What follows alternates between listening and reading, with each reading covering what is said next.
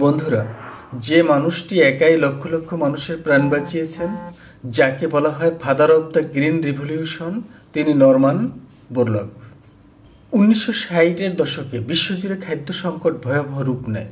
Bharat, Pakistan, Mexico অনেক দেশে মানুষ ছিল দুর্ভিক্ষের দোরগোড়ায়। ঠিক সেই সময় আমেরিকান কৃষিবিজ্ঞানী নরমান বোরলগ তৈরি করলেন নতুন উচ্চ ফলনশীল ও রোগ প্রতিরোধী গমের জাত, যা বিশ্ব কৃষিকে বদলে দিল চিরতরে। এই উন্নত গম যখন ভারত ও পাকিস্তানে ব্যবহার শুরু হলো, মাত্র কয়েক বছরের মধ্যে খাদ্য উৎপাদন দ্বিগুণেরও বেশি হয়ে গেল। ভারত গম উৎপাদনের স্বয়ংসম্পূর্ণ হয়ে ওঠে, পাকিস্তান বড় দুর্ভিক্ষ থেকে বাঁচে। মেক্সিকো, যেখানে বোরলগ প্রথম গবেষণা করেছিলেন, ঘাটতি থেকে উঠে এসে হয়ে গেল রপ্তানিকারক দেশ।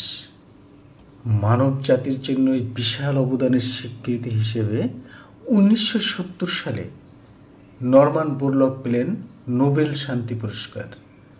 হ্যাঁ, কৃষিতে নয়, শান্তি বিভাগে। কারণ খাবার মানেই শান্তি, খাবার মানেই বাঁচার অধিকার। আজও তার কাজ মিলিয়ন মানুষের জীবনে আলো ছড়ায়। নরমান বোরলগ এক বিজ্ঞানী, যিনি বদলে দিয়েছেন বিশ্বের ভাগ্য। সেলুট জানাই এই মহামানবকে। ধন্যবাদ সবাইকে।